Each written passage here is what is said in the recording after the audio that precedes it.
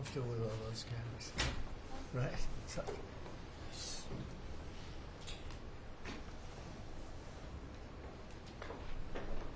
we have a little more room over here if you want.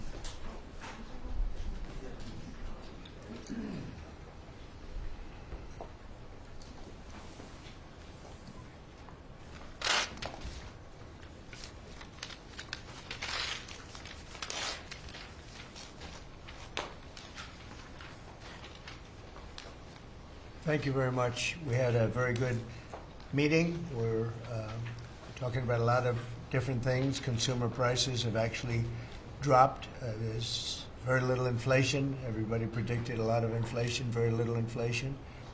Energy costs are down. Interest rates are probably down. They scatter, but they're probably down. Prescription drug prices are even to down. We're doing very well. It's been amazing. We had a big day yesterday. There'll always be transition difficulty, but we had in history, it was the biggest day in history, the markets. So we're very, very happy with the way the country is running. We're trying to get the world to treat us fairly. This is something that should have been done 25 years ago, and it wasn't. Should have been done 40 years ago, and it wasn't. But no president was willing to take it on, but you had to. It's not sustainable. It wasn't sustainable. And as you know, without a lot of money being added, which is a lot of money that we could add, the country is making approximately $2 billion a day. And when you think of it, we've never done that before, never come close to it.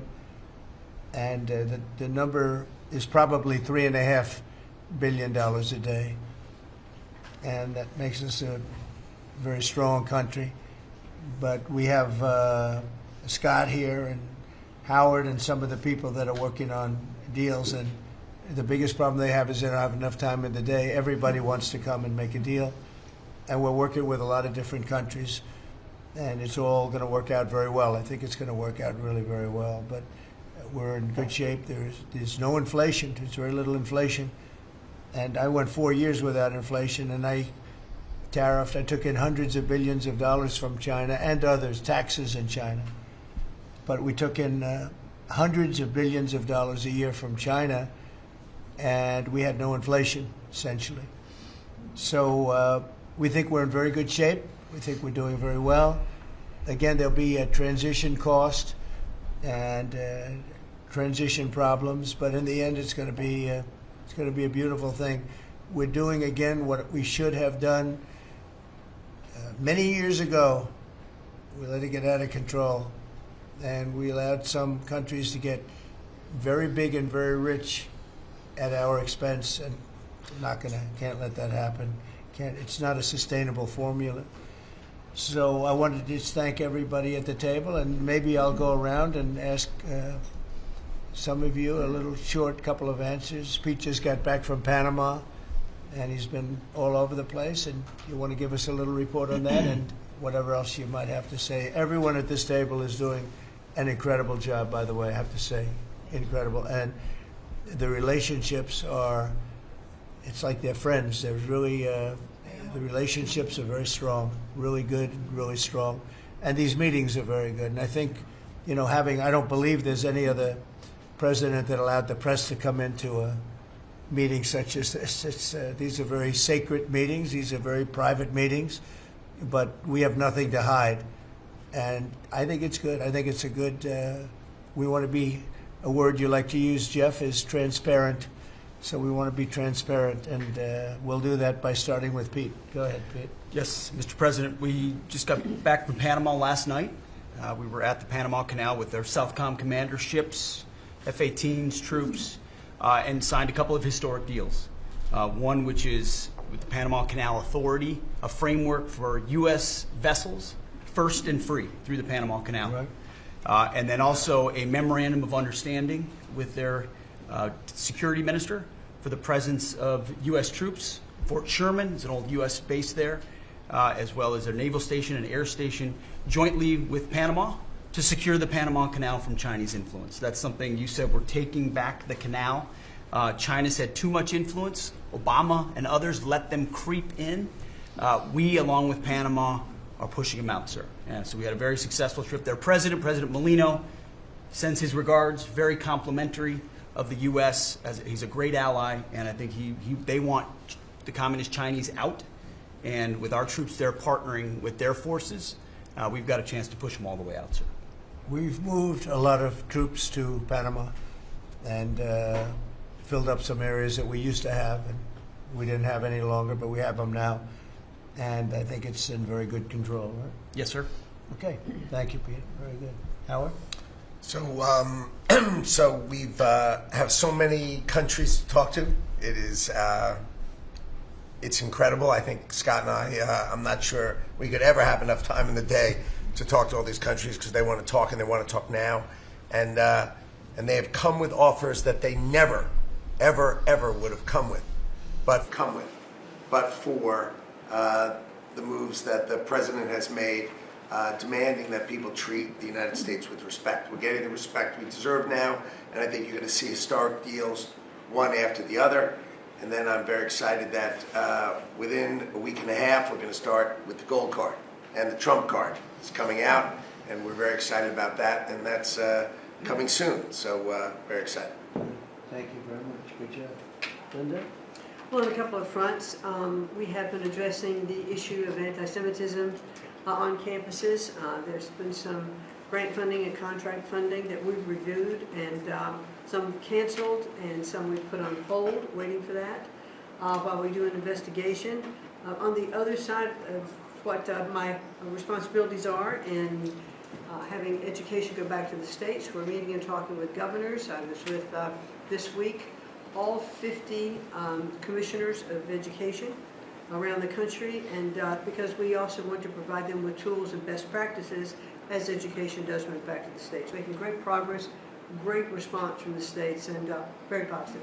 And what about colleges? You're holding $400 million from Columbia. From Columbia. $8 billion from Harvard. Can you imagine the money we pay Harvard? They have a $60 billion fund, and we're giving them $8 billion, and we're trying to figure that out. And then they hire de Blasio, the worst mayor of the history of New York, and they hire the woman from Chicago who was a disaster, total disaster, and they pay them massive salaries, and they're supposed to be teaching you government. That's not Harvard. That's not Harvard the way it used to be. So do you have anything to say about that? The dollars you're holding back from quite a few universities that were not behaving. Yeah, and the other, there's some Princeton, Cornell, others that are coming in, and actually getting calls now from the presidents of the universities who really do want to come in and sit down and have discussions. And so we're investigating them, but in the meantime, we're holding back the grant and the fund money. Thank you. Great job. Thank you. Very thankful for the House voting for the President's budget resolution along with the Senate bill. Made a ton of progress this week in working with members to ensure that a desire for flexibility in the Senate was not misconstrued as a desire not to slow and do spending reforms. And so we're very thankful for that. And now we can get after writing that bill, getting the President as big a package of his agenda to his desk. So very good week. Good.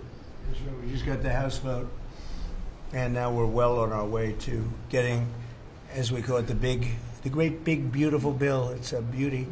There's never been a bill like this one. We're trying to get it all into one beautiful bill. It's tax cuts, regulation cuts, and many other things. The border, a lot of money for the border, where you're doing a fantastic job. So, but we just got a report that we, as you know, you knew before us. Were you surprised we got the vote? We got the vote. And we're happy to get the vote. So I think we're going to be in very good shape. Okay, please. Mr. President, last year the Chinese received 1,700 orders for new ships. American shipyards received 5.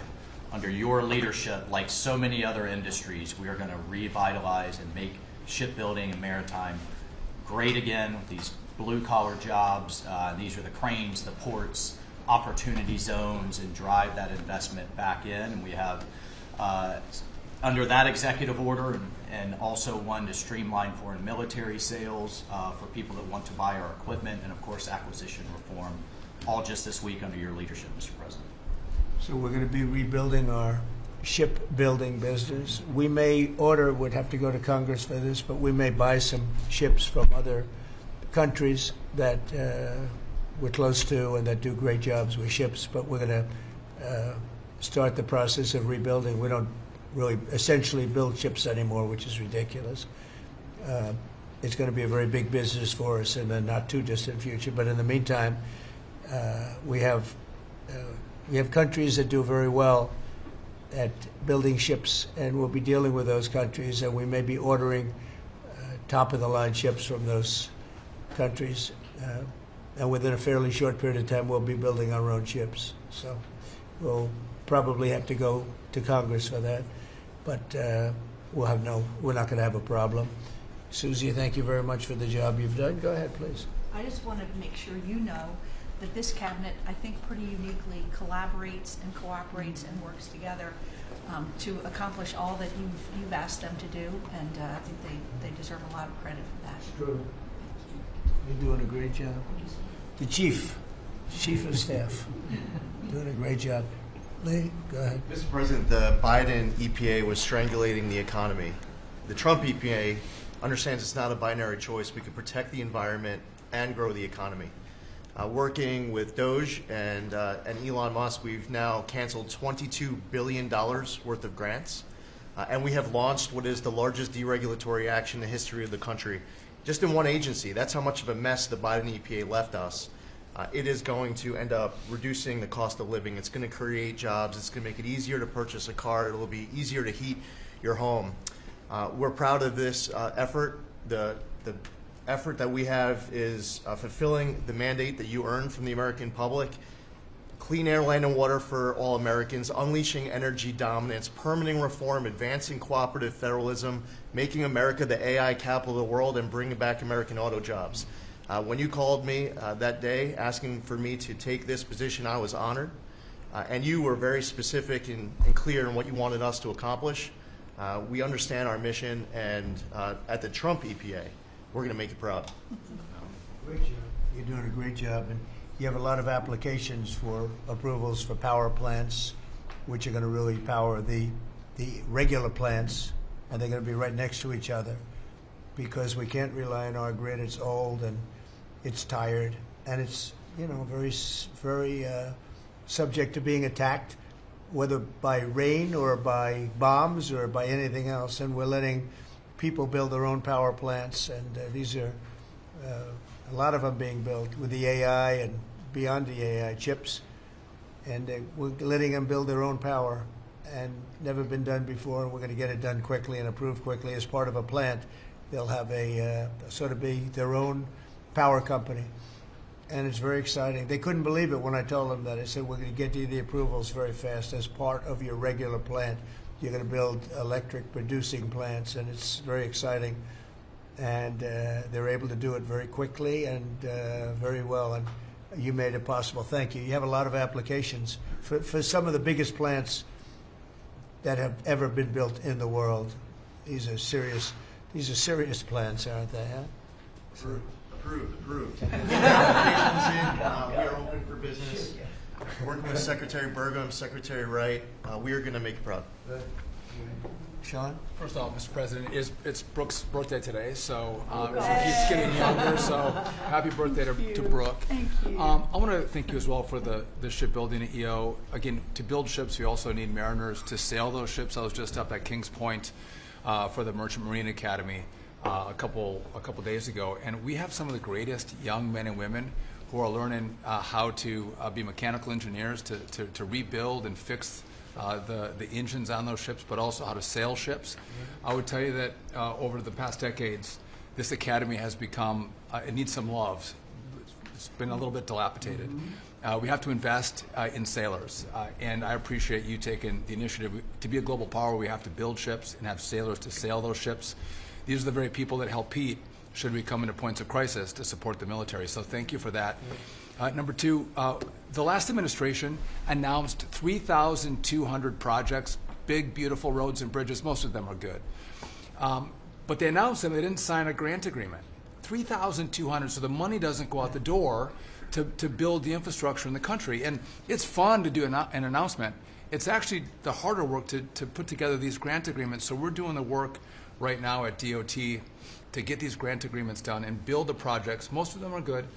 And they also put in all of this green and social justice requirements on roads and bridges. We're pulling all that out and putting the money toward the infrastructure, not the social movement from the last administration. Good steel, right, as opposed to green paper mache. Good, thanks. Great job. Sir, first, we are, I would say, more than friends. We've all become family, and I think that what you have assembled in your vision is a turning point and an inflection point in American history. And so just being a part of that is the greatest honor. So thank you for that. And again, just the relationships here and the honor and respect we have for each other is a reflection of you and your leadership. So I just wanted to say that first. The second thing I want to say is that on behalf of the farmers and ranchers, food security is national security. We have to be able to feed ourselves. And your idea of using tariffs along with deregulation and tax cuts, but your idea of using tariffs to ensure that we are putting forward and putting America first, no one understands that better than our farmers and our ranchers. But having said that, emerging from 4 years of Biden with a 30% increase in inputs for our farmers and ranchers, with an almost $50 billion trade deficit. When we left the first time, it was zero, meaning that they are hurting. So the period of uncertainty we're in, they know that your vision will move us into an age of prosperity for all Americans, but for my people, for the farmers and ranchers, unlike any they have seen before. And I think they are really, really excited and so grateful for your leadership. But also, you have never failed to say that you have the backs of our farmers and our ranchers. It was the first phone call that I had after I was voted with the Senate, and that message just resonates with an almost an 85% support of you in the last election. They're with you. Interestingly, the biggest budget driver at the United States Department of Agriculture is not farming and ranching or agriculture, it's food stamps. And so as we emerge and embark, Secretary Kennedy and I, on your vision of making America healthy again, a massive part of that is realigning and reworking our food stamp program so that it better serves those who need it. And yeah, to the point of getting the transgender, DEI, Green New Deal out of the USDA and realigning is really important. So It's out of the thank military, you. right? Yes, sir. Is it 100% out, would you say? 99.9, sir. We're going to get that last point Get the one out. rest of it. But thank you, sir. We've got a much different military, I will tell you. Thanks very much. Good job. And eggs are down. Eggs are Big, down. right? Yes, Big. yes, sir. Wholesale prices. Yeah. Retail will come. Easter is the Super Bowl for eggs. So, you know, there may be a little fluctuation, but no, we feel really good about it. Thank you. That's what I hear. Thank you. Thank you. Good. I'd echo what Howard said on the trade queue, that we've got over 75 countries that want to come in. So it'll be Treasury, Commerce, Jameson at USTR, and we're putting a process in place. And as you said, you're going to be part of the negotiations too, because I've had these countries call me up and Secretary Bessent, we're happy you're going to be negotiating. I said, well, President Trump's going to be involved too. So bring your best deal on the budget. It's moving quickly in the House and the Senate, thanks to your leadership. We're also going to have debt ceiling in there, so we're going to get an increase in the debt ceiling. And that will be the done and dusted for Part of the bill that we just got to vote on today. So. part of the bill. It'll be done and dusted for 2 years. We won't have to worry about that. And then I gave a speech yesterday to 1,400 small and community bankers, and they were so happy to hear from your administration. And I told them Wall Street's done great for the past 4 years, 10 years, 20 years. It can continue doing great, but it's Main Street's turn now, and it's those small bankers through deregulation, through emphasis on Main Street, your Main Street agenda, bringing back jobs, that is going to power the smaller communities. And then finally, The bond auction went very well yesterday. We had a lot of foreigners show up as the support, showing that the U.S. is still the best place to invest. The inflation report, as you said, was quite good. And energy prices are down more than 20% since January 20th. Amazing. That's great. Very good. Good numbers. Great number. Thank you. Pam? President, we've had some great wins in the last few days. That you were overwhelmingly elected by the biggest majority. The U.S. Americans want you to be president because of your agenda, and the courts are ruling that you have the authority to determine how the money of this country will be spent. That's what the American citizens wanted, and that's what they're getting. An example of that Friday was the Department of Education, that you can determine how the money will be spent. No more DEI. And that impacts every agency across the board. On the civil side, again, NLRB. We had a big win in the Supreme Court there. OPM, a big win there. But also 16,000 workers there. But also on the criminal side, the Alien Enemies Act. We are winning there. And your directive to me was to keep America safe, and that's what we're doing. Whether it's the alien enemies, all of these gangs, and they are enemies of our country. They are terrorists, they are organized crime, they have come here, they are extremely organized, they are spread throughout our country, and they are creating terror. And no more under your directive. And that has stopped. Yesterday in South Florida, we charged the 11 defendants with $500 million of pure cocaine coming into our country to kill our kids. They were caught. They will be prosecuted to the fullest extent of the law. These gang members are going back to where they came, or they're going to an El Salvador prison at your directive. And you also gave us a directive to prosecute the people who are going after Tesla to the fullest extent of the law, some of the greatest police work I've seen. We've made 4 arrests. There will be no negotiations at your directive. They're all looking at 20 years in prison, and within the next 24 hours, you're going to be seeing another huge arrest on a Tesla dealership, President. And that person will be looking at least 20 years in prison with no negotiations. That's great. That's great. That will stop it. Cold. Domestic terrorism. Thanks. Doing a great job, too. Thank you very much. Lori, please. Mr. President, accountability matters. That's what we're recognizing. With our partners at the Department of Labor for Government Efficiency, just a few weeks ago, we realized there's about $4.4 billion in COVID funds that were not used, that the state coffers were just holding on to. Out of that, we've returned $1.4 billion back to the state treasury, so essentially to the American people, and we'll go back and claw the rest of those billions of dollars back. And on the heels of that, late last night, we're understanding unemployment insurance fraud. That trust needs to be whole for the American people. When we need it for who deserves it. That's not what we're seeing. And the numbers that we saw last night, again, exposed by our partners at DOJ, at the Department of Labor. Since 2020, over $400 million of payments have gone out already. And when you hear these numbers, apparently in the United States, we have over almost 25,000 people who are over 115 years old who are collecting $59 million that we have sent out to people. Talk about fraudulent behavior. Mr. President, 28,000 people between 1 and 5 years old have collected fraudulent payments at the tune of $254 million has gone out. And lastly, 10,000 people who have not been born yet, 15 years into the future, $69 million, and they haven't even been born yet. In one case, they will be born 129 years from now. The United States government sent them $41,000, and they're not born yet. So, under the Department of Labor, those are the things that we're uncovering. I couldn't be more honored to tell the American people that we're bringing back their dollars and we're saving them and returning them to the United States Treasury.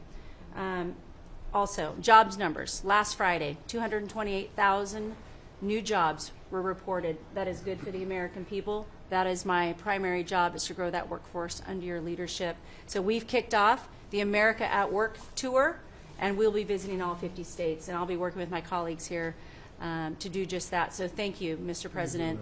We're going to grow this economy. We're going to keep our focus on the American worker. So you're finding tremendous fraud, though. Those numbers are really bad when you... Unheard of.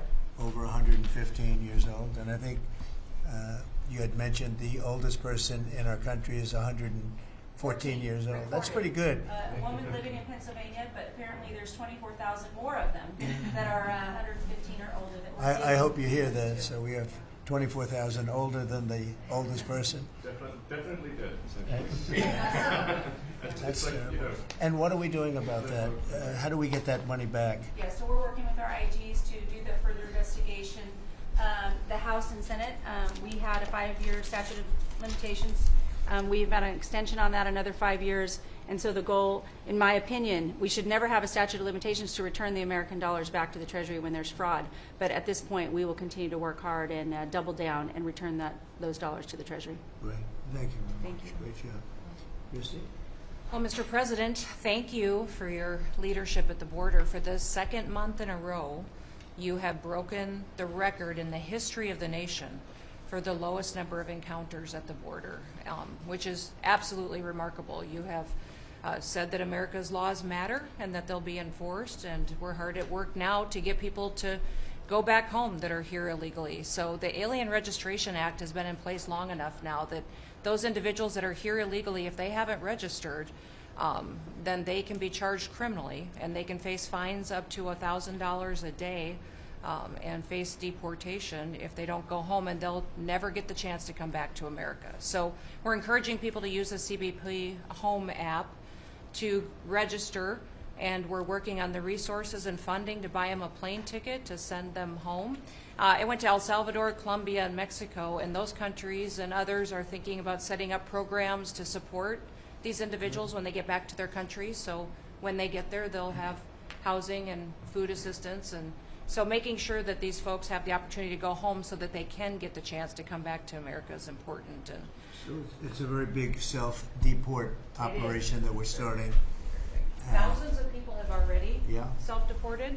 Well, we're just going to, we got 21 million people that need to go home because they're here breaking our laws, then we need to facilitate that. And I've been working with the governors a lot lately on several different issues. One of them has been on FEMA for recommendations on how to do exactly what you've directed us to do. And then also I sent a letter and communicated with them that they need to be setting up a SCIF. Some of our governors don't have secure facilities to have national security issues. I think one of the jobs Homeland Security has is to give communication down to states, to local cities and communities. And so recommending they get a SCIF, they have secure comms with them at all times or nearby so that they can have national security conversations, and then to have somebody in their office designated that is their communications person. A lot of them have emergency management officers, but they don't necessarily have somebody designated when it comes to a national security issue that we may need to communicate with them on. And I think American people need to know that Real ID will be required to travel on May 7th. So those governors have been notified to communicate that at home. We don't want anybody to get delayed and not be able to travel when they get to an airport. And this will also help us bring integrity back to all of our IDs and how they're used for issuing driver's licenses. And governors know how I feel about making sure their driver's licensing system has integrity, because a lot of people use their driver's license to vote. And the backbone of our country and the foundation is election integrity. So we're giving all those directions to our governors and communicating that so they can lead on it as well. And we're going to work with people so that if they go out in a nice way, go back to their country, we're going to work with them right from the beginning on trying to get them back in legally. Is that right? A chance to come back. So it gives you real incentive. Otherwise, they never come back. They'll never be allowed once a certain period of time goes by, which is probably going to be 60 days. We're also going to work with farmers that if they have strong recommendations for their farms for certain people, we're going to let them stay in for a while and work with the farmers and then come back and go through a process, a legal process. But we have to take care of our farmers and hotels and various places where they need the people. And we're going to be working with you very carefully on that. So a farmer will come in with a letter concerning certain people saying they're great, they're working hard. We're going to slow it down a little bit for them, and then we're going to ultimately bring them back. They'll go out, they're going to come back as legal workers. Okay? Yes, sir. Thank you. Which I think will be I think it's very important to do. Okay, thank you very much. Great job. Jameson, I watched you testify for the last Yeah, he did great. couple of days. You were every night at 3 o'clock in the morning. You did great. You were fantastic. Thank you very much. It's just what I like to do for fun, sir. You've been keeping us very busy. Last week, you started a reordering of international trade, something that hasn't happened for 80 years, something that should have happened decades ago. And you know that. You've known that for a long time. That's why you have us all working on this. You came into an emergency situation where President Biden left us with a $1.2 trillion trade deficit. It's the largest of any country in human history, the largest. So you declared an emergency, you took action. You say the largest in history, right? In history. There's never been anything like what he left us. He left us a mess. His whole administration was a mess. So go ahead.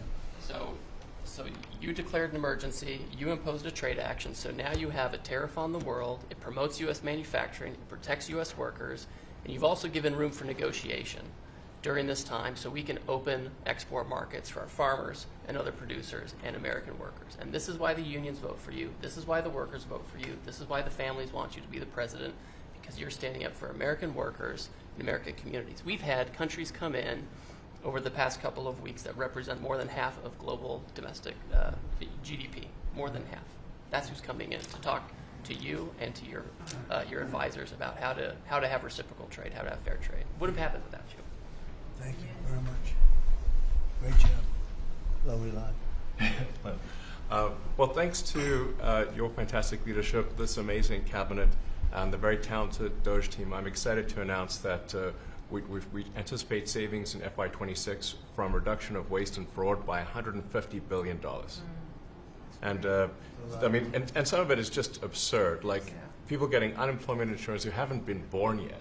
I mean, I think anyone can appreciate whether, I mean, come on, that's just crazy. You know, some of these things, people ask me like, well, how are you going to find waste and fraud in the government? I'm like, well, actually just go in any direction. That's how you find it. It's very common. it's as the military would say, target-rich environment. So I think we're doing a lot of good in excellent collaboration with the cabinet to achieve these savings, and it will actually result in better services for the American people, and that we're going to be spending their tax dollars in a way that is sensible and fair and good. And your people are fantastic. In fact, hopefully they'll stay around for the long haul. We'd like to keep as many as we can. They're great, smart, sharp, right? Finding things that nobody would have thought of. Very computer savvy. Yes. We're working with hard to get the Trump Gold Card operational, hopefully in the next week or so. That'll be very exciting. It's Really exciting. That's a pathway to citizenship into the United States. It's a big deal. Yep, it's a big deal. Thank you very much. Great job you're doing. Thank you, sir. Thanks to your leadership and setting the mandate of transparency and accountability across the U.S. government. I'm bringing that transparency and accountability to the intelligence community, first and foremost, to make sure that you and your cabinet have that real-time, relevant, apolitical, objective intelligence to best inform, whether it's negotiations for peace, negotiations around tariffs, the great work that you are leading around the cabinet today. Secondly, working with Department of Homeland Security and the FBI to increase our information sharing to achieve your goal of countering the narcotic trafficking and our ability to go after cartels now designated as foreign terrorists.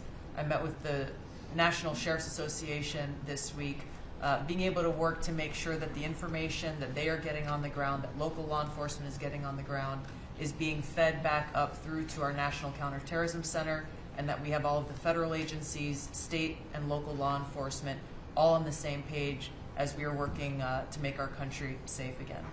And lastly, sir, as you know, declassification and rooting out weaponization, politicization of the intelligence community is a huge priority. You know more than anyone else the very dangerous and negative consequences of that. I've got a long list of things that we're investigating. We have the best of the best going after this. Election integrity being one of them. We have evidence of how these electronic voting systems have been vulnerable to hackers for a very long time and vulnerable to exploitation to manipulate the results of the votes being cast, which further drives forward your mandate to bring about paper ballots across the country so that voters can have faith in the integrity of our elections. And lastly, we've been scanning. I've had over 100 people working around the clock to scan the paper around RFK, Senator Robert F. Kennedy's assassination, as well as Martin Luther King Jr.'s assassination. These have been sitting in boxes in storage for decades. They have never been scanned or seen before. We'll have those ready to release here within the next few days. That's great. Bobby, how do you feel about that? That's hitting, I'm very gratified to hear. That's hitting close to home, isn't it? Yeah, no When you kidding. think, I'm thinking about Bobby when No. when that statement's made. I'm very grateful to you, Mr. President. And you'll let Bobby see some of this because, you know, it's very personal stuff. But it's time. I've asked him, and his response is, put it out. The world needs to know the truth. And his uncle that's been out, and anything that hasn't been out, they can go to your offices and see, right? Everything that we have within our possession, it's either online or it's physically at the National Archives and Records Agency. We also have hunters going out, Mr. President, and looking in the storage lockers at FBI and CIA and other agencies, specifically to find if there is anything else that has not been reported. We're actively going out and trying to search out the truth. Okay. Yeah, we want to get it all out. Yes. 100% good. Thank you very much. Good job, Elsie. Mr. President, on behalf of America's manufacturers, I want to thank you for standing up to the Chinese Communist Party and fighting for our main streets, for our workers, and for those that make things in America. I'm out on a Made in America manufacturing tour, and as I go across the country, people are grateful to have a president who's not just fighting on the tariffs fronts, but to get inflation down, to create jobs. After Biden destroyed 110,000 manufacturing jobs in just his last year, you've already brought back thousands and thousands of manufacturing jobs. So the American worker is grateful. Main Street is grateful for you.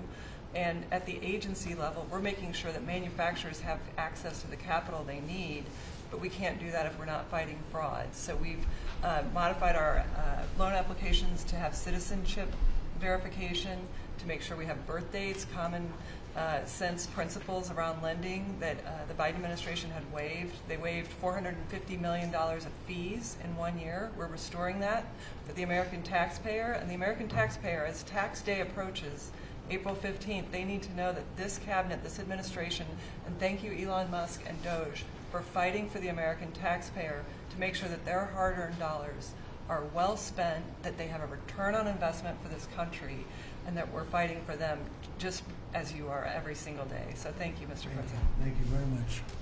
Mr. President, we are working at HHS to advance your agenda to make America healthy again.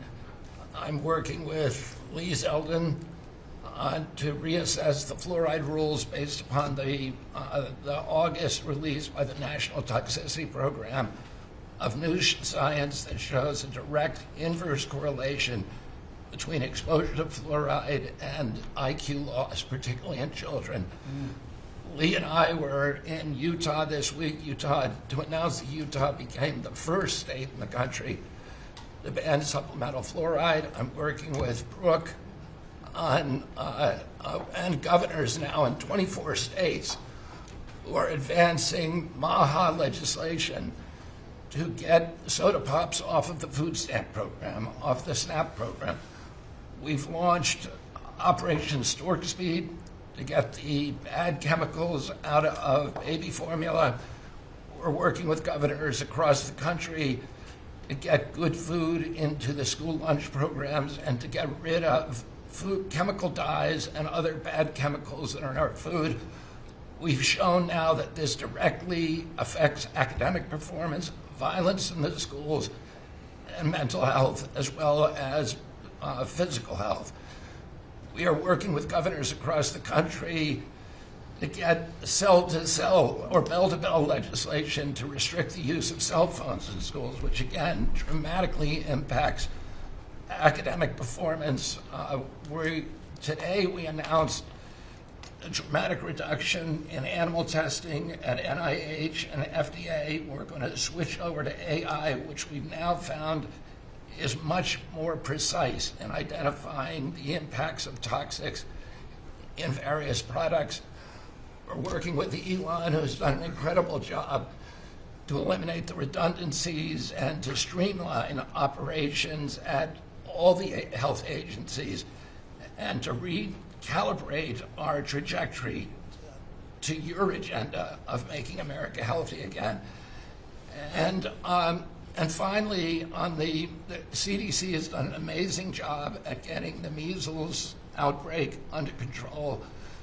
We have about 680 cases now in 22 states, compared to the same outbreak in Europe, which is 127,000 cases and 37 deaths.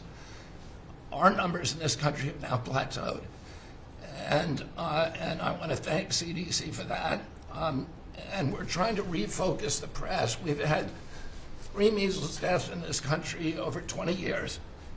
And we're trying to refocus the press to get them to pay attention to the chronic disease epidemic as you've asked us to. We have now 38% of American youth are pre-diabetic. This was unknown 30 years ago. Every child that becomes diabetic, there should be a headline about them. We have 100 million adults who are pre-diabetic or diabetic. And we have, we have now, the autism rates have gone from now most recent numbers we think are going to be about 1 in 31. 1 in 12, so they're going up again from 1 in 10,000 when I was a kid. And we are going, at your direction, we are going to know by September. We've launched a massive testing and research effort that's going to involve hundreds of scientists from around the world. By September, we will know what has caused the autism epidemic, and we'll be able to eliminate those exposures. So big. Think of that. So it was 1 in 10,000 children had autism, and now it's 1 in 31. Not 31,000, 31. That's a horrible statistic, isn't it? And there's got to be something artificial out there that's doing this. So you think you're going to have a pretty good idea, huh? We will know by September. There will be no bigger news conference than that. So that's it. If you can come up with that answer where you stop taking something, you stop eating something, or maybe it's a shot, but something's causing it. It can't be from 10,000 to. Can you imagine that, Marco? That's a big number. Thank you very much. You're doing great. Thank you, Bobby. Please, Doug. Well, Mr. President, one of your primary administration goals is to make sure that we unleash American energy, and of course the strategy behind that is when we do that, it helps make it more affordable for all Americans. Energy isn't just industry, it is the foundation of every other industry, whether it's food, manufacturing, clothing, transportation. And then also when we've got the ability to generate and not just be energy independent but energy dominant, then we have the opportunity to sell energy to our friends and allies versus them buy it from our adversaries. And our adversaries were funding terrorism and conflicts against our allies by their oil and gas sales that were going through a Swiss cheese set of sanctions. So with your creation of the National Energy Dominance Council, over half the people at this table serve on that. Everyone has been engaged, whether it's interactions with negotiations with other countries, with putting sanctions in place that actually work, with cutting deregulation, working on biofuels, building infrastructure for transportation. There's a whole range of things that are being tackled. But when the outcome of all that is that the Biden administration was restricting supply, you're increasing supply. When you increase supply, then prices start to come down. And we have a huge opportunity to do this. Just in Interior alone, there's 500 million acres of surface, 700 million acres of subsurface and 2.5 billion acres of offshore. And the Biden administration was trying to restrict this so that you couldn't get a timber lease, you couldn't cut a tree, you couldn't graze a cow, you couldn't develop oil and gas minerals, and you couldn't develop the critical minerals we need for our technology, for our defense industries, and to be able to help us win the AI arms race against China. So we're opening up this, and with your executive orders and your work, we've on Tuesday, a historic day, you ended the war on beautiful clean coal, which has been going on since Obama took office. China gets 60% of their electricity from coal. They're opening up they've opened up 94 gigawatts of coal in the last year as part of this AI arms race. 94 gigawatts, that's enough for 94 Denvers to be able to, 1 gigawatt per metro area like that.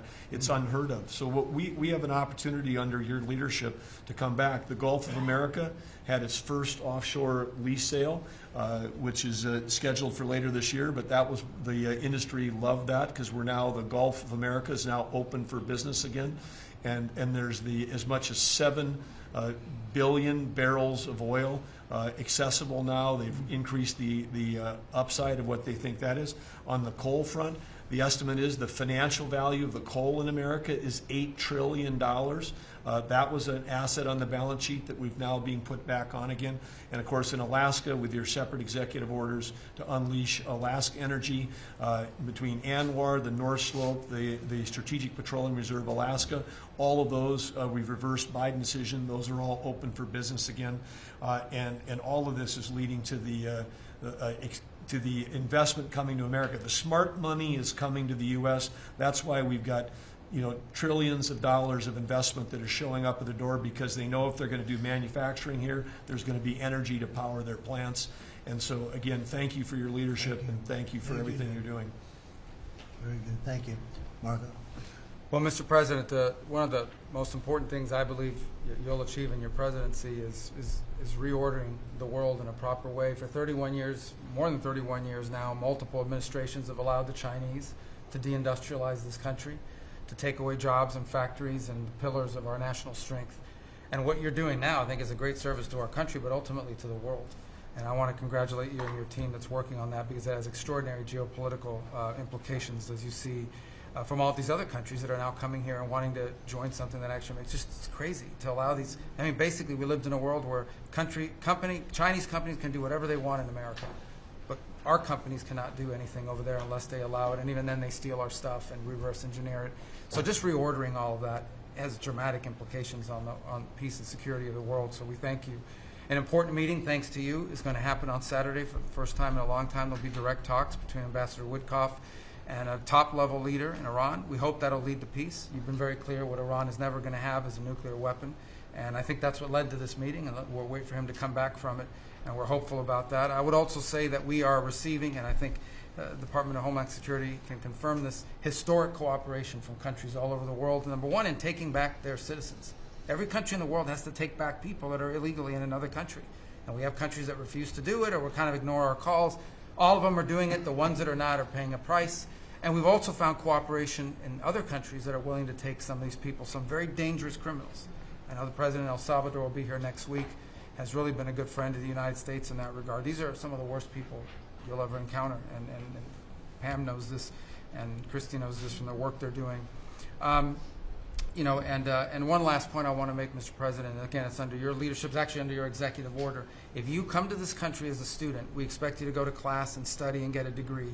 If you come here to vandalize a library, take over a campus, and do all kinds of crazy things, we're going to get rid of these people. And we're going to continue to do it. So when we identify lunatics like these, we take away their student visa. No one's entitled to a student visa. The press covers student visas like there's some sort of birthright. No, a student visa is like me inviting you into my home. If you come into my home and put all kinds of crap on my couch, I'm going to kick you out of my house. And so, that's what we're doing with our country, thanks to the President. And last but not least, very important development this week, but both Pam and I were very excited. The finest higher education institution in the United States, University of Florida, is also now the national champions in basketball, and we hope you'll host them here soon, Mr. President. Go Gators. They're coming. They're coming. They're coming very soon. Well, thank you very much. You're really doing a great job. We appreciate it. Any question? Mr. President, can you give us a reaction to today's stock market drop, and also give us a sense of the next steps with China. Well, I haven't seen it because I've been here for 2.5 hours, so I'll be seeing it. I think Scott went out. Scott, you want to have a statement on that? Sure. Look, the up 2, down 1 is not a bad ratio, or up 10, down 5. And I think as we have talked about, as we go through the queue and settle with these countries who are going to bring us their best offers, we will end up in a place of great certainty over the next 90 days on tariffs. We had very good inflation numbers today. Oil's down. We had a successful bond market, so I don't see anything unusual today. And next steps for China, sir? Well, we'll see what happens with China. We would love to be able to work a deal. They've really taken advantage of our country for a long period of time. They've ripped us off beyond anybody, nobody. How people stood for it, sitting in my position, is not even believable. And we're talking about many presidents, not just a couple. But they did, and all we're doing is putting it back in shape. We're resetting the table. And I'm sure that we'll be able to get along very well. I have great respect for President Xi. He's been, in a true sense, he's been a friend of mine for a long period of time. And I think that we'll end up working out something that's very good for both countries. I look forward to it. Mr. President, China retaliated today by reducing the number of American films that can be shown there. What's your reaction to them now targeting cultural exports from the United States? I think I've heard of worse things.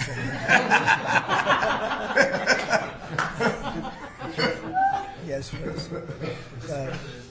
Also on China, the Ukrainians say they have evidence that Chinese soldiers have been found fighting for the Russians in Ukraine. Can the U.S. verify this? And if so, what does the U.S. plan on doing to China to counteract that? We'll look into it, but I think beyond that, we're really looking to get that war stopped. They're losing 2,500 and even more than that young people a week. They're Russian and they're Ukrainian. They're not American, but they're people. And we're seeing if we can get it stopped. And I think we're making progress. I appreciate the ballerina who was released. It was at the request of a very good friend of all of ours, actually. Dana White called me and he said it's the friend or the relationship of one of the fighters for UFC or one of the fighters. And Dana's an incredible guy, and we spoke to President Putin about it, and they made a deal. They released the young ballerina, and she is now out, and that was good, so we appreciate that. We hope that we're going to be able to make a deal relatively soon with Russia and Ukraine to stop the fighting. It's so senseless. It's such a horrible thing. It would have never happened if I were president, but it did happen, and we were given that card. And I think we're going to get it. I think we're going to get it stopped. Got to get going. We got to get it. We have to move it faster. Likewise with the hostages, we're making progress. We, there's 59 hostages, but only 24 of them are living, and that's the way it's been presented to me by the mothers of some of the dead, mothers and fathers of some of the dead hostages, and they want the bodies of their baby, as they say, their baby, their young boys. They want them back as much as if they were alive. It's amazing because when I met the hostages 2 weeks ago here, I couldn't believe what they had to go through, by the way. But when I met them, they said, yeah, there's 59, but 24 are living. And they actually consider, I guess if you're a parent, you do consider it this way, that the remainder who are dead, the 24 that are alive, the remainder that are dead, they want them back just as much as they would want them back if they were alive. It's really pretty amazing and pretty sad. So we're getting close to getting them back. We have a lot came back. A lot of people are very grateful. Some came back in pretty bad shape. Some came back, they're okay. I think they're going to be scarred mentally for a long time. Because if you sit down and talk to them, as I have, what they went through is incredible. But we're making progress. We're dealing with Israel. We're dealing with Hamas. And it's a nasty group. Mr. President, so how close are you to the first country coming to actually make a deal with the United States over tariffs? Is it days, months? Well, I think it's very close, but we have to have a deal that we like. We don't want a deal that's going to be a bad deal, or I could make every deal in one day if I wanted to. I could do this all in one day. I could just say, here's what we'll do. And I was saying to the people before, to Scott, mostly to Scott and Howard, and some of the other people that work with us on the negotiations. We have a lot of law firms that have paid me a lot of money in the form of legal fees. We're going to probably use those firms to, if we can, I think we can. I'll make a contribution to the country, but they're great firms. They're the best firms, the biggest, and really the most prestigious. And we may be using them to help you guys out, because you're going to need a lot of lawyers. And I'm not sure Pam's going to be happy if I say, can you send over about 200 lawyers that work on trade? She's working on criminal stuff, and I think that's going to be her focus more than anything else. So we'll find out if we can do that. But we have a lot of lawyers that you've been reading about where they paid $100 million a firm on average. Now we have the final 4 or 5 are at $125 million. So I have a lot of legal fees I could give to you people, and we might as well use them. Hopefully I won't need that many legal fees or that much. I may. Who knows? After it ends, after we leave, maybe I'll need it. But if I do, it's not going to be very pleasant. So I think we're going to try to use these very prestigious firms to help us out with the trade, because we have a lot of countries. But we want to make deals that are proper for the United States, not just we can make deals easily. We want to make them proper. Mr. President, if you aren't able to reach the deals that you want to see at the end of the 90 days, will you put those higher tariffs in place, or will you extend Well, that's the what pause? would happen. I mean, if we can't make the deal that we want to make, or we have to make, or that's good for both parties, it's got to be good for both parties. You wouldn't And then we go back to where we were. go back to the numbers that you announced last week? I think so. You wouldn't extend the pause? Yeah. We'll have to see what happens at that time. Thank you, Mr. President. You said yesterday you were considering some exceptions for companies. Can you talk about what you're considering? And then also on the reciprocal tariffs, so they'd be substantially lower. Is the same math formula going to be used, or is that tossed out? I'm not considering now for any country or company, but it's possible that I would. But I'm not. We don't have that situation right now. People understand where we are, what we're going to do. But it could happen. It's called flexibility. You have to have certain flexibility. Mr. President, what are you planning on using the money that you're gaining from revenue through the tariffs on? Paying down national debt, reducing taxes, creating good budgets, helping Christie with the border and all of the other things. I built hundreds of miles of wall, as people now understand, 571 miles of border wall in the first administration. But we're going to beef it up, and we're going to add more. And, the numbers are incredible, really. The numbers are what's taken place. We had great numbers, but these numbers are topping my last administration. And Christie and Tom Homan have done an amazing job, but it's an expensive process. This weekend, where they used to have hundreds of thousands of people standing there pouring through the border in Tijuana, Mexico, this weekend they had nobody.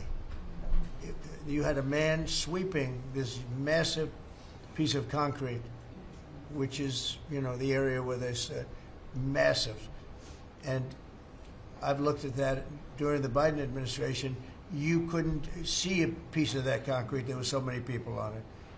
You couldn't, if you had helicopter shots, you couldn't see concrete. Now, this weekend, you had nobody there but a man with a broom sweeping it and cleaning it up. Pretty amazing. It's really an amazing job. But it will be used for that. It'll be used for a lot of things. It'll be used by the Department of Justice for doing a great job. Pam is doing a fantastic job. So it's going to be used for a lot of different things. On the 10% tariff, is that a basement? Is that the It's a floor? baseline. Can countries negotiate that to bring that It depends down? on what they're adding. Some countries we have massive deficits with, or they have big surpluses with us, and others it's not that way. So it depends. That's why it's really they're all different. Every country is different. Some have certain advantages that others don't have, and certain things. We have some. China has surplus of $1 trillion. I mean, the numbers are crazy. And others have basically no surpluses. You know, we have some that are pretty even, but they hurt us in other ways, and we just want to get that taken care of. So it's everyone is a little bit different. So are you negotiating with the EU as one bloc or individual nations for the tariffs? We're looking at it as one block. They've been very tough, but they were very smart. They were ready to announce retaliation, and then they heard about what we did with respect to China and others, but China. And they said, you know, we're going to hold back a little bit. They decided to hold back. I thought they were very smart. Look, the EU is very smart, but they really have taken advantage of the United States. They were formed for the purpose of taking advantage of the United States. And I don't blame them, and I don't blame China. I don't blame anybody. I blame the people that were sitting at that desk in that other beautiful Oval Office for allowing it to happen. Many presidents I blame. They should have never allowed it to happen. And I'm doing something that a lot of them wouldn't want to do. But I'm here, I do those things, and we're going to make this country great again. We were taken advantage of by almost everybody. I sat back in the last administration. I would actually read them. I don't have to read them now. I know them so well. I would read some of these documents that were signed, deals, and I said, who would do a deal like this? Who would do it? You've seen it, Elon. Yeah. I'd look at deals where it's so one-sided. Even we have a deal with Japan, and we get along great with Japan, and we had the Prime Minister here. He was fantastic. As you know, Abe was great. Shinzo was great. He was a good friend of mine, unfortunately no longer with us. But we defend them, but they don't have to defend us. I said, that doesn't sound too good. But we have a deal, a defense deal. We pay hundreds of billions of dollars to defend them. But if for any reason, in other words, we pay all the money. They don't pay anything. But if we're ever attacked, they don't have to do a thing to protect us. I said, oh, that sounds like a wonderful deal.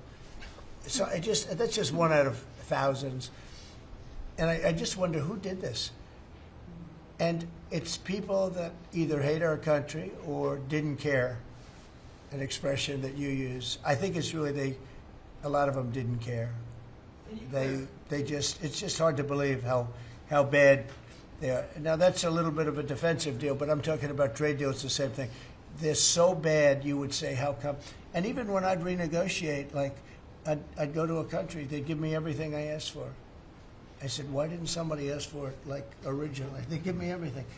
I think when they were negotiating, they didn't care, or they didn't ask, or they were shy, or they were very stupid, or they hate our country.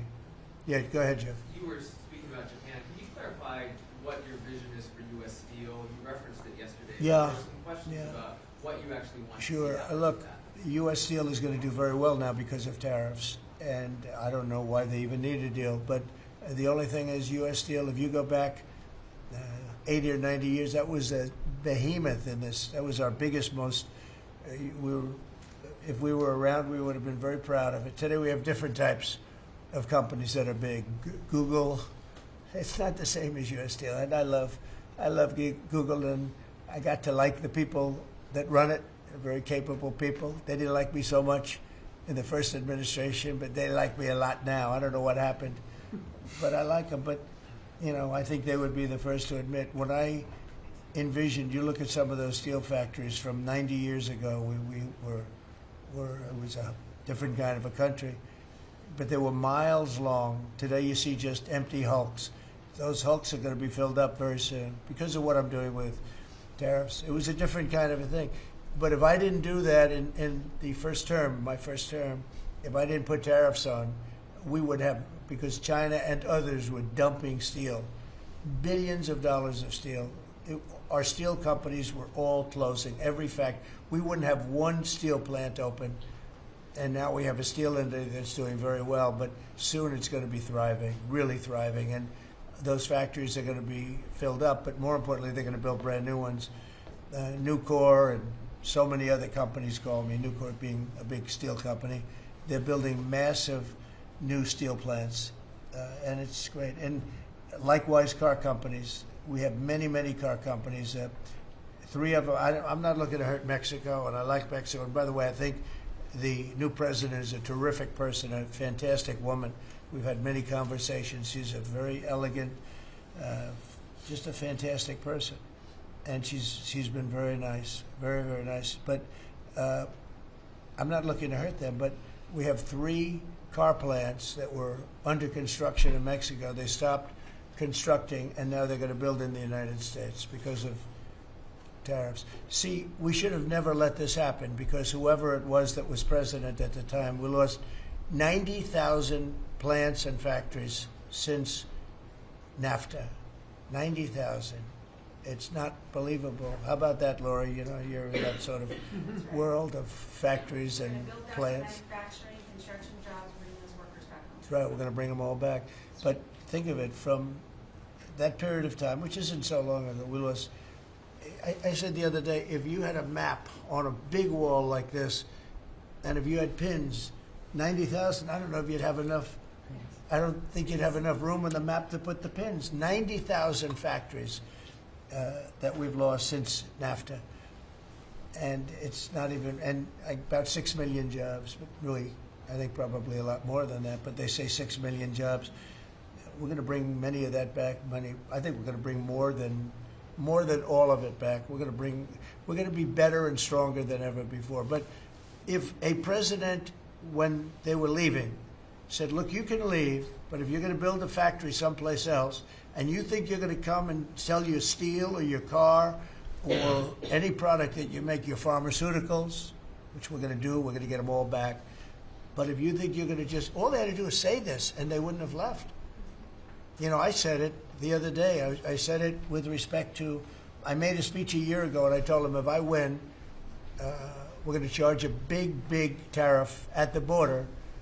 And people were thinking about building in Mexico a car plant. And I said, we're going to have a big tariff. So if you want to build a car, you're going to have to pay 25% more than the cost of that car. You're going to have to pay 25% tariff at the border. They would have never left. They could have kept everybody. If a president said, if you leave this country, you leave Michigan, you leave Detroit, you leave anybody, any of our states, because to me they're all the same. I love them all. I love them all, and I probably won them all, but they say I won most of them, but I think I won them all, but that's okay. But all you had to say if you were the president is, if you leave and you think you're going to now fire all those workers, leave all that, everything behind, and you're going to build in another country and sell it no, you're not going to. You're going to pay 50% or 100% tariff. They would have never left. And all you had to say, Marco, all you had to say very simply is, you don't have to write it down. All you have to do is say it verbally. If you leave, you're going to pay 100% tariff. Therefore, don't leave. They would have never left. But they left 90,000 plants. I mean, it's hard to believe that many. It's not, you can't envision it.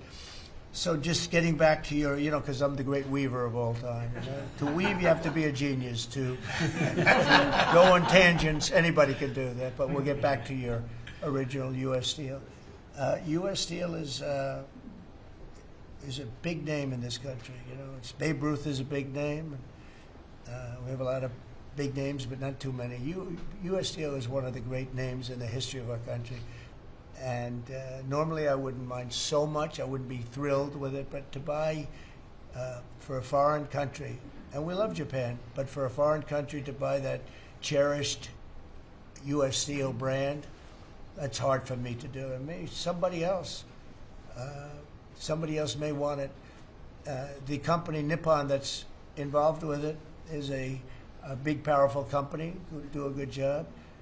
But why can't they just build a plant themselves? I mean, why do they have to, take U.S. Steel? So as you know, I rejected the deal. Now they've come back in a different form. They're coming back as an investor. And, I feel better about that, I guess. But, I know them very well. I know the thinking. It's the investor.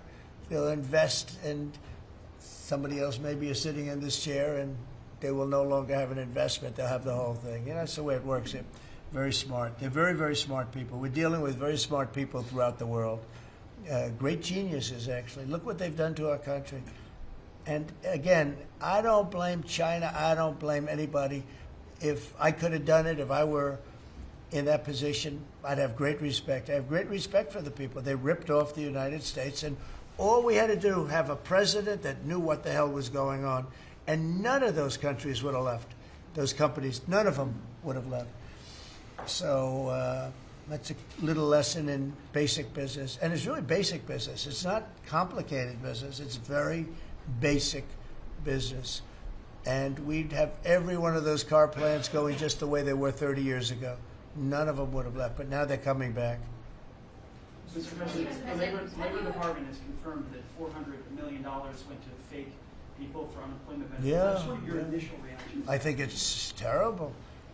I just heard it from Lori, and I appreciate it, and you heard it from Elon's people, right? That's right.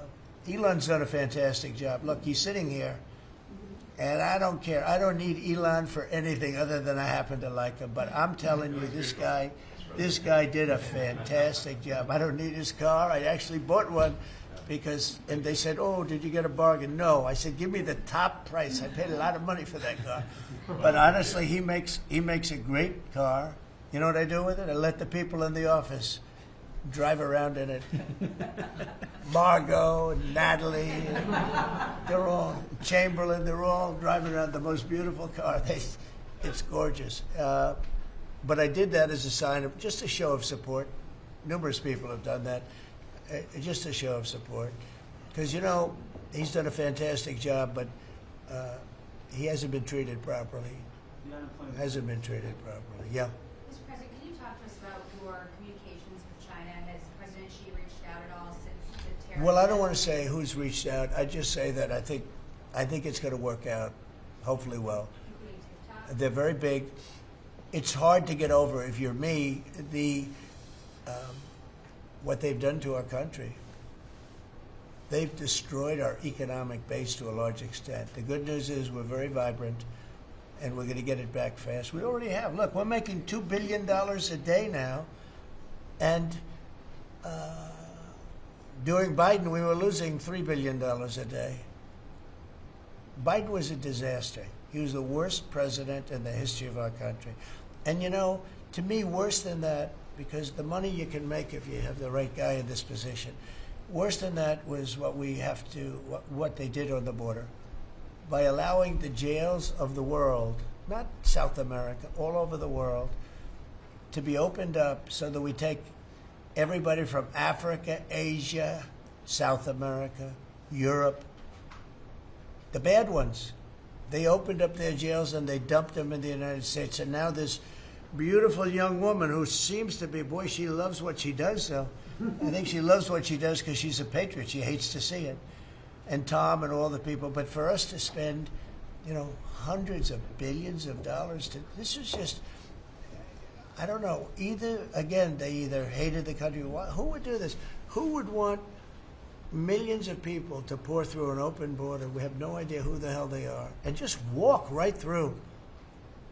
And half of them, whether you like it or not, you could look at them and you could say, they are not going to help us. These are some rough people.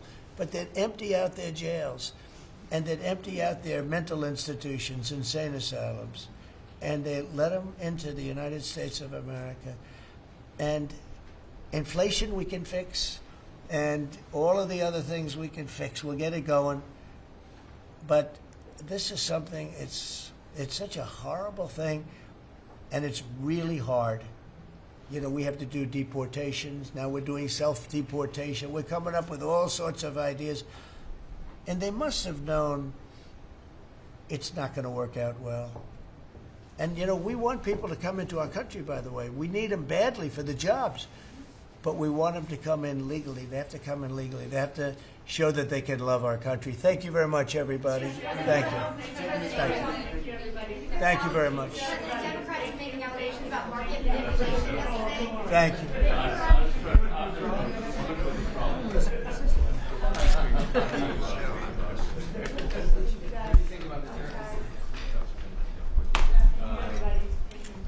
Thank you. Thank you very much. Yes. Yeah.